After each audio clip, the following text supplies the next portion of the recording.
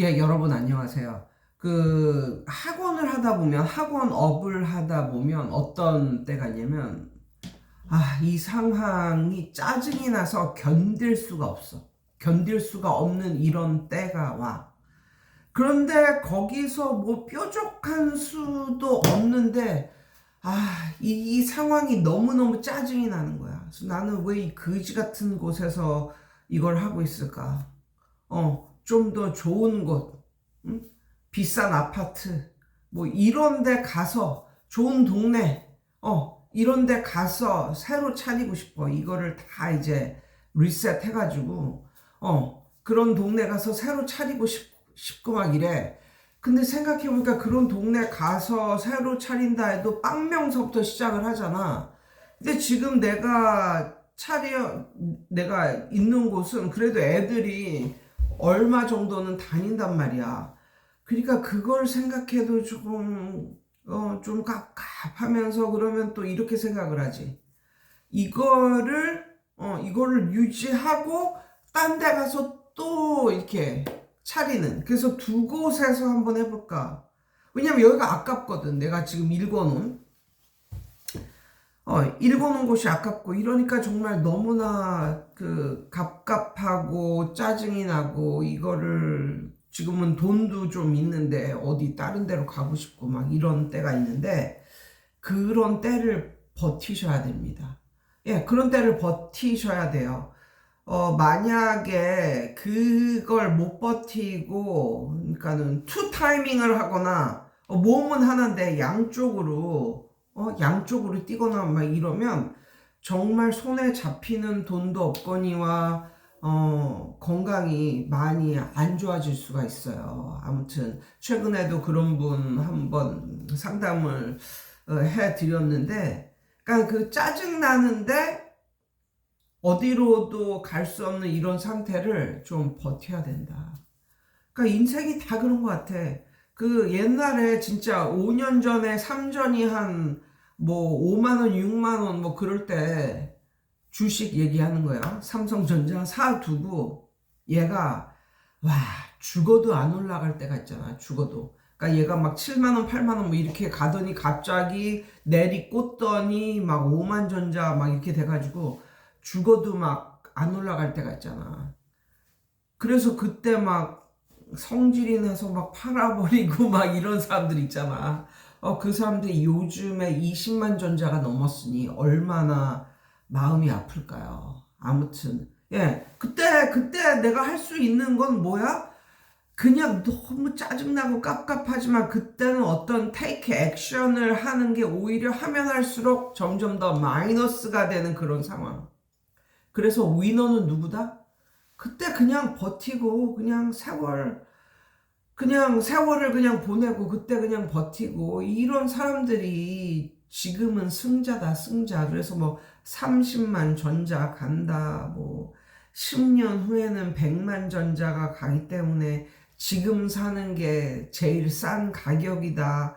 근데 옛날 가격 생각하면 못 사죠. 죽어도 못 사죠. 5만 전자 때 생각하면 지금 20만 전자 넘어섰는데 그걸 어떻게 삽니까? 아무튼 어 그러니까 견디고 그냥 세월을 그냥 보내는 그런 때가 있는 것 같아요. 그래서 그 때를 그냥 잘 견디는 것이 뭔가 이리저리 일을 벌리는 것보다 나중에 보면 훨씬 더 잘한 일이었다.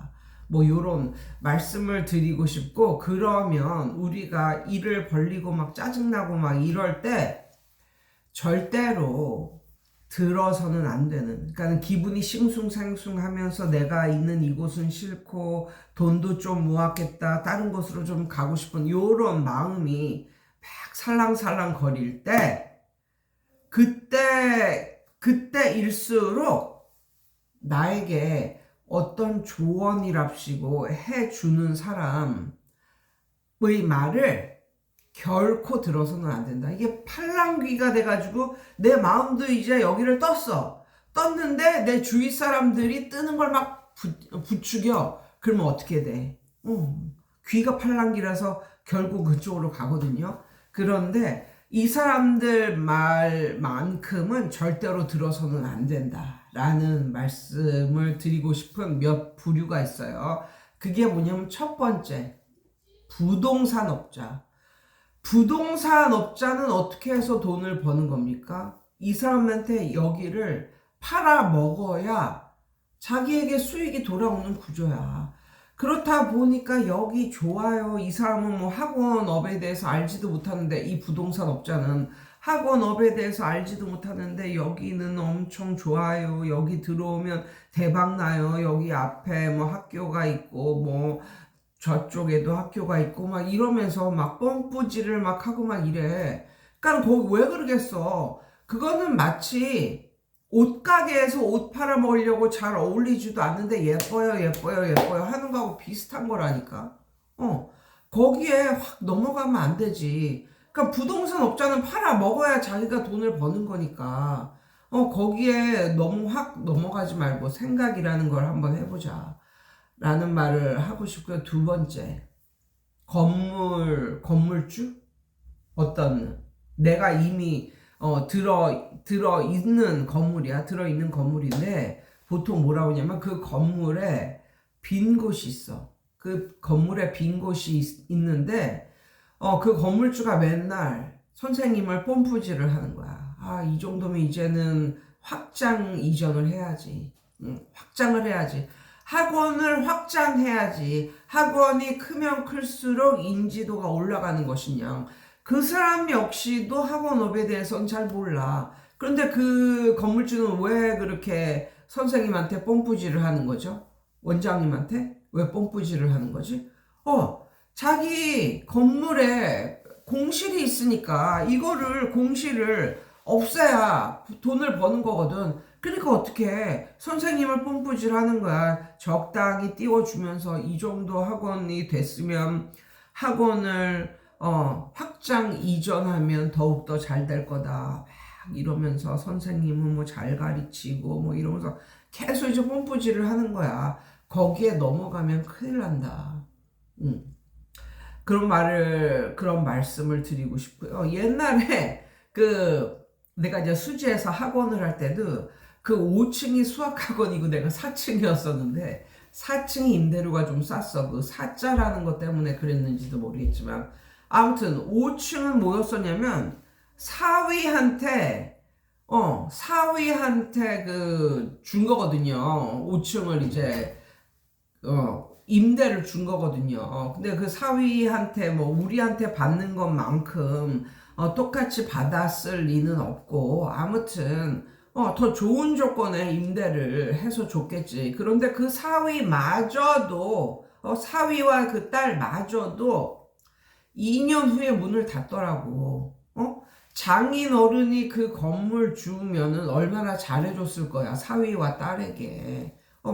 그런데도 2년, 3년을 못 가고 문을 닫더라고. 아무튼 그러면서 그 위층에 그 여자가 밑에 층에 와가지고는 나한테 와가지고는 원장님 이제 한 층만 쓰면 안 되겠다고 이러면서 확장 이전하셔야죠 이러면서 4, 5층을 쓰라고 뭐 이런 식으로 맨날 뽐뿌질을 하고 그랬었는데 만약에 그때 내가 거기에 넘어갔었으면 어쩔 뻔했을까. 아주 큰일이 나는 거겠죠. 그러니까 뭐야 월세가 2배 이상이 비싸지고 아무튼 뭐 전기세나 뭐 기타 등등의 비용도 2배 이상이 비싸지면서 그러니까 그렇게 뽐뿌질을 하더라니까. 그래서 내가 생각했지. 야, 참 너도 니네 아빠 건물에서 하는 너도 망했는데 누구한테 조언질이냐 이러면서 속으로는 이제 그렇게 생각했다는 거. 아무튼 그래서는 안 된다. 절대로 그런 말을 들어서는 안 된다. 그리고 또 누가 있냐면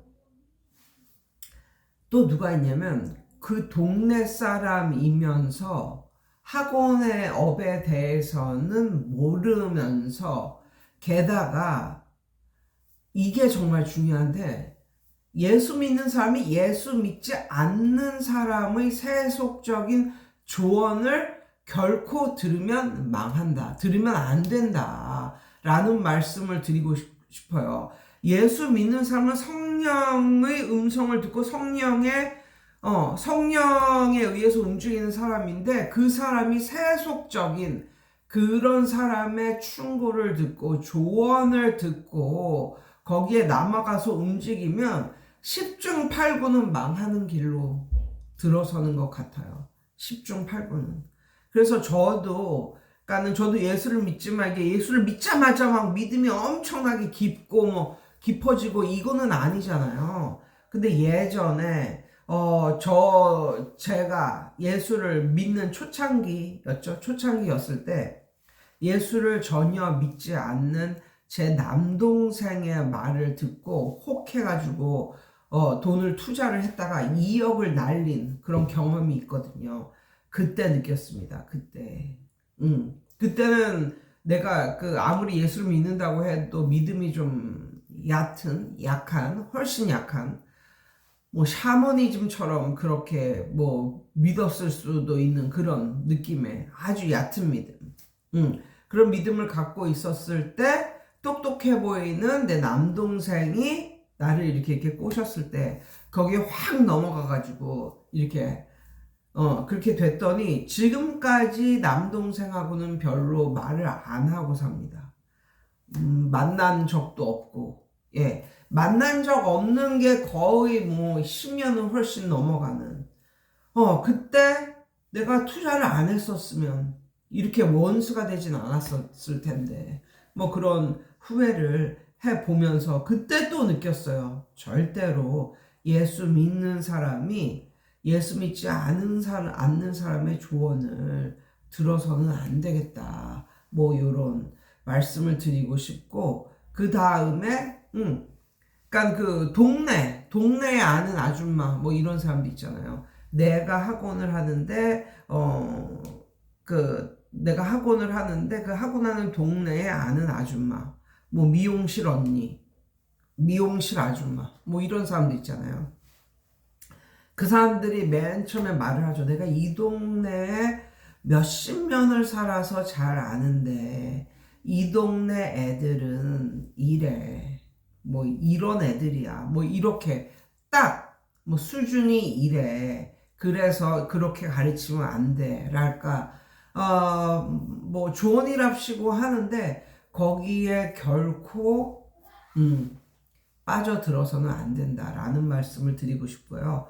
그 다음에 마지막으로 내가 가르치는 학생의 부모님, 내가 가르치는 학생의 부모님을 너무 믿지는 말아라. 그러니까 판단은 내가 하는 거지 그 부모님의 말을 너무너무 믿지는 말아라 라는 말씀을 드리고 싶고, 뭐 이런 거죠.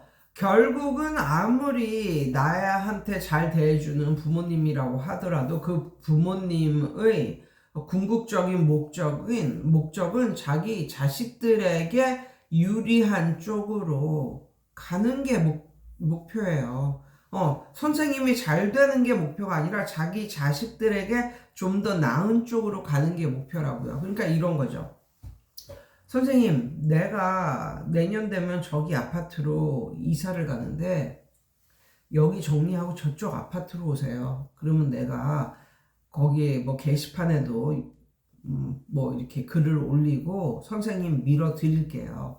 그러니까 우리 애들도 지금 2명 여기 다니고 있는데 내년에 우리가 저 아파트로 이사 가면 저쪽으로 선생님이 이사를 오시면은 내가 밀어 드리겠습니다. 뭐 이런 식으로 말을 하는데 너무 솔깃하지, 너무 좋지. 그리고 어느 정도 영향력이 있는 엄마라고 생각을 하니까 그래가지고 진짜 그래 볼까? 뭐 이런 식으로 해가지고 이제 그쪽으로 가려고 막 생각을 하는 거야. 그러면 안 된다는 거죠. 왜? 그 엄마는 선생님 편이 아닙니다. 그 엄마는 선생님 편이 아니고 그 엄마는 그 자식이 좋은 쪽으로 이제 가는 거예요. 그래서 이런 경우가 있었어요. 어떤 엄마가 이 선생이 이제 그 집에서 공부방을 하는 사람이었는데 선생을 꼬셔가지고 선생님 여기 상가로 내려오시라고 그러면 상가에서 하시라고 교습소를 그럼 내가 밀어주겠다고 이렇게 했거든요. 그래가지고 어떻게 되는지 아세요? 여러분 그거 아시죠? 집에서 공부방 하는 거보다 교습소 이런 상가로 나가서 하면 돈을 더 싸게 받아야 됩니다. 그리고 집에서 하는 경우 현금 계좌 이체로 하거나 그런 경우도 종종 있거든요. 근데 일단 사업을 벌려가지고 이제 상가로 나가게 되잖아요. 네. 그러면 이게 단가가 더 낮은 걸 바래. 사람들이. 그리고 집에서 소규모를 이렇게 가르치는 것보다 상가로 나가면 그렇다고 애들이 우르르 막 엄청나게 부르는 것도 아닌데 상가로 나갔다는 그 자체만으로도 좀 더 이렇게 교습소의 가격이 싸지는 걸 원하고 심한 경우는 이제 완전히 비즈니스로 나왔구나 라고 이제 그런 생각이 들면 픽업 서비스도 원해. 그런 엄마들이 있어. 그러니까 그런 엄마들이 이렇게 선생님한테 이렇게 하는 게 뭐 때문이야? 자기들 편하려고 하는 거죠. 근데 그거에 확 넘어가가지고 정말 상가로 나갔더니 어떻게 내 월세 나가, 뭐 관리비 나가, 그리고 그리고 더 적게 받아. 또 100% 카드로 받아. 그리고 이제 비즈니스로 이제 나갔으니까, 어떤 엄마는 뭐 픽업 서비스 있냐고 막 물어봐. 그런 것도 원해. 더 골치 아파졌다. 이런 이야기를 심심치 않게 듣거든요. 그러니까는, 요런 것을 좀 염두에 두고, 올바른 결정을, 내리시길 바랍니다. 만약에 올바른 결정이 안 내려질 경우에는 결정을 내리지 마세요. 그냥 지금 상태를 유지하는 게 더 나을 수도 있다. 뭐 이런 말씀을 드려봅니다. 여러분 오늘도 승리하세요.